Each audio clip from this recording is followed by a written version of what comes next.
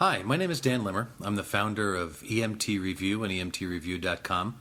Here today with friend and author Joe Mistovich to go over 5 test-taking tips to help you prepare for your national registry or state exam. Joe has been a friend of mine for years. Both of us actually have about 32 years in EMS. Joe is the professor and chair in health professions at Youngstown State University in Youngstown, Ohio. Both of us have had the good fortune to author several textbooks, both independently and some together. I'd like to thank you for coming in to do this, Joe. Thanks, Dan. It's a pleasure. All right, we're going to start test-taking tips. Tip number 1, learn some test-taking skills. Joe, what do you think? Yeah, I think one of the most important things for a student to do is actually learn how to take a test. It's not only knowing the knowledge, and having the knowledge to actually perform well on the exam, but a big part, especially for students who are maybe non-traditional students coming back in, they have to learn some test-taking skills.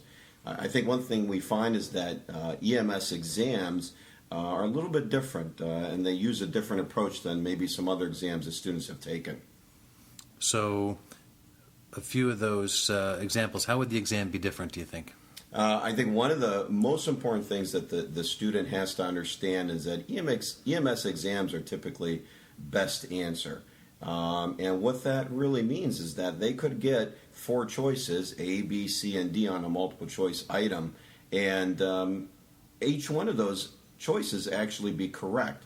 And what the student is actually asked to do is make some, basically it's similar to clinical decision making, make a decision based on their knowledge and so forth, what would be the best answer. Even though A may be correct, B may be correct, and D may be correct, C would be the best answer.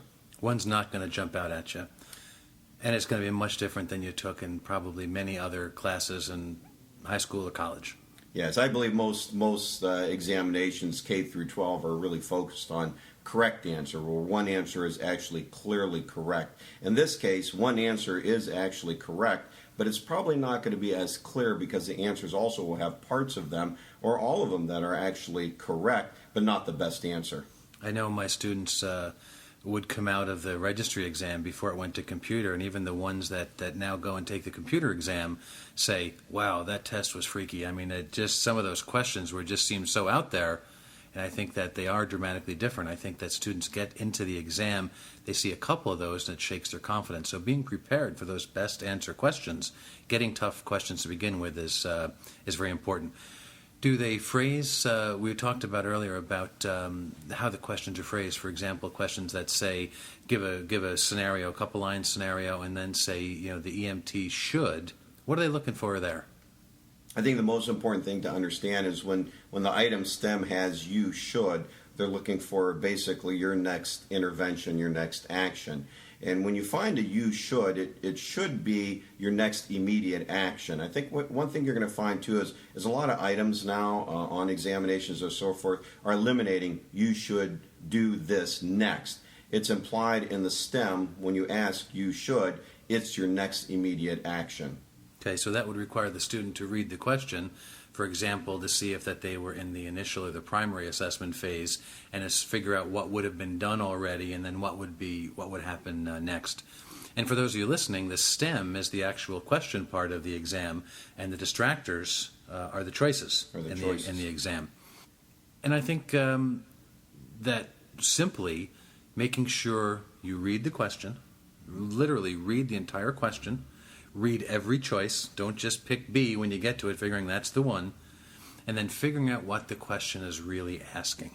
Is this question something where the airway is not secured or patent? Is this, what's the real point of the question? I think sometimes we look at the question, we read it, but don't take the time to understand it, and I think that's important. Also, as you mentioned, Dan, looking at the STEM, it's important to realize that basically you'll find 2 different types of STEM. One is going to be an interrogatory, and the other is going to be basically an incomplete statement. You'll find both of those on examinations, on teacher-made examinations, on the National Registry examination.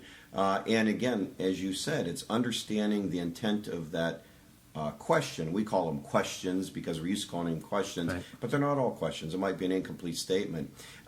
Another thing, too, is if you find you should suspect, what that item is basically asking you is, what condition are you suspecting? Is it hypoglycemia? Is it hyperglycemia? Is it a stroke? Is it some other condition? As you mentioned, with the best answer where students get trapped is they read the item, they look at the stem, and they say, okay, I think I know what the question is asking me. They go down to A and say, oh, yeah, I'm going to put the patient on non-rebreather 15 liters per minute because that's right. And then they fail to look at B, C, and D, where D may be put them on non-rebreather, but also some other intervention, which is actually the better intervention. So as you mentioned, they have to read every choice that's available and consider every choice.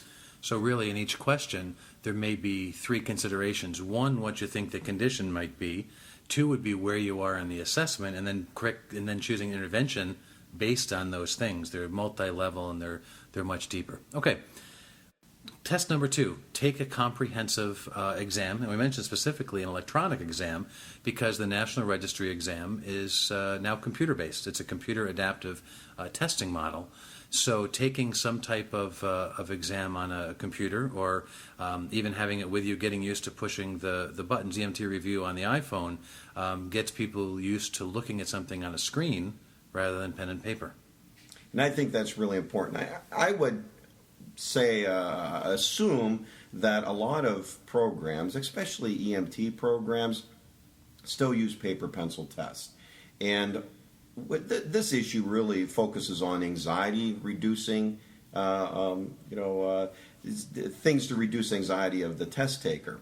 And even though being able to take a fairly comprehensive electronic exam is good because you're taking the comprehensive exam, but as you said, it's exposing the student to technology taking an exam.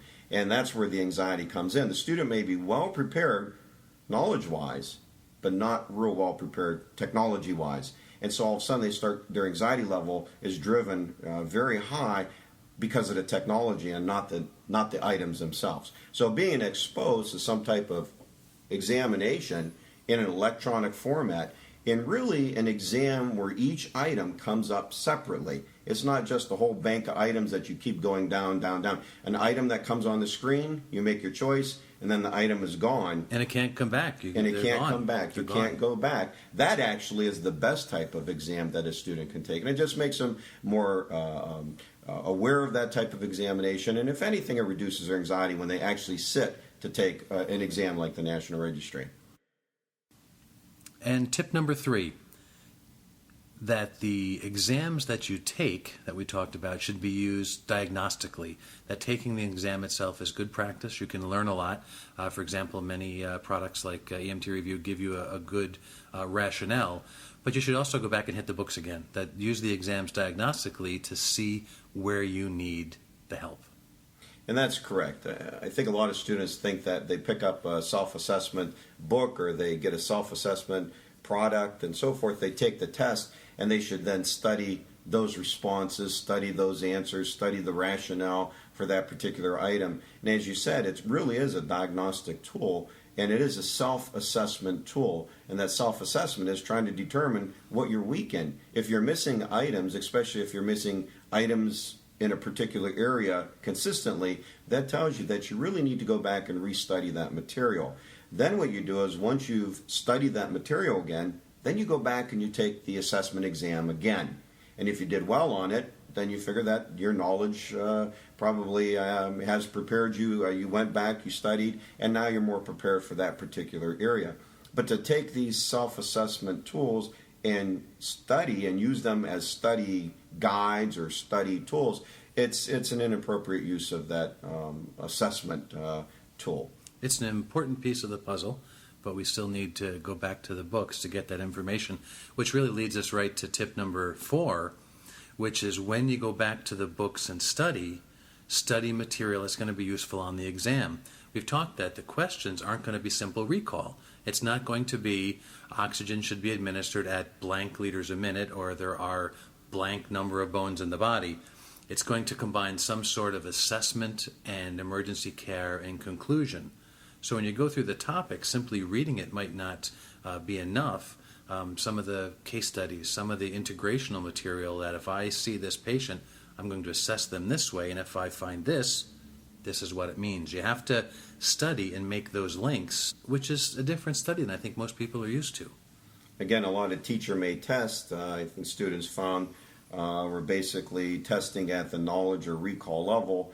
And a lot of times those exams ask students to memorize trivial things, like very specific things that they'll never actually use in application of their information in practice. One thing I want to point out is that the National Registry exam specifically uses the practice analysis to write their exam items off of. And if you take what they're using is called the practice analysis, and that is the practice of pre-hospital emergency care. And so their items particularly are usually integrating the information, as you said, it's an application-based type mindset type item where they're really asking you about taking the knowledge you learn. It might be physiology, it might be anatomy, it might be pathophysiology, but applying that to assessment and emergency care of the patient. I think what you're going to find, a lot of these items are brief scenarios, 4-line scenarios that give you a patient presentation, and they're going to ask you, you should, meaning what's your emergency care, or you should suspect, being what would be the condition. And that's all that application synthesis that you're talking about. It's clinical decision making is what it is. In an exam form, and that's probably going to be somewhat different, if not a lot different, than what you used in class. And I'm going to roll that right into number 5 on the day of the exam. I think it's always good to feel prepared, to hopefully have done some work beforehand, knowing you're not going in, hopefully winging it, and that you are prepared and that you stay calm. And I think that the key here is some students, when they go to take examinations, they actually know the material, but they have so much anxiety about taking that exam, especially in a high-stakes exam like the National Registry. Mm-hmm. This is really, it's making a decision about your career. It's an extremely high-stakes exam, and so the anxiety levels are up. And I think if anything, yes, you walk in with, again, we mentioned mindset, a mindset that, okay, I'm prepared. Well, there again, what do you do the day exam? Make sure you walk in prepared. Make sure that you're using the self-assessment tools. Make sure you have studied the material. Make sure you know how to make clinical decisions on an examination. Again, get used to taking that type of computer examination. But as you said, be calm, be prepared, I think is the key. And again, if you've exposed yourself to the computer type or technology type of exam where you're used to taking items on an electronic format, I think your anxiety level should be a little bit less. Yeah, people do get in and they see those first couple questions, and the stakes are so high, and it does sometimes overwhelm people. It's okay in the middle of the exam to take a breath. You don't have to push the button right away while you only have a certain amount of time. Sometimes it's an investment to take those couple of deep breaths, not let it shake you, move on to realize that you've been through a class that has prepared you and taught this material. The books, the preparation you've done makes a difference, and don't psych yourself out from that test. All right, I think that those are 5 very relevant tips. And to my friend and National EMS author and educator Joe Mistovich, my sincere thanks. My pleasure, Dan. And again, this is Dan Limmer, creator of EMT Review and Paramedic Review, available on your iPhone, your iPod Touch, or your iPad. EMTreview.com is a test-taking resource available on the internet. Thank you.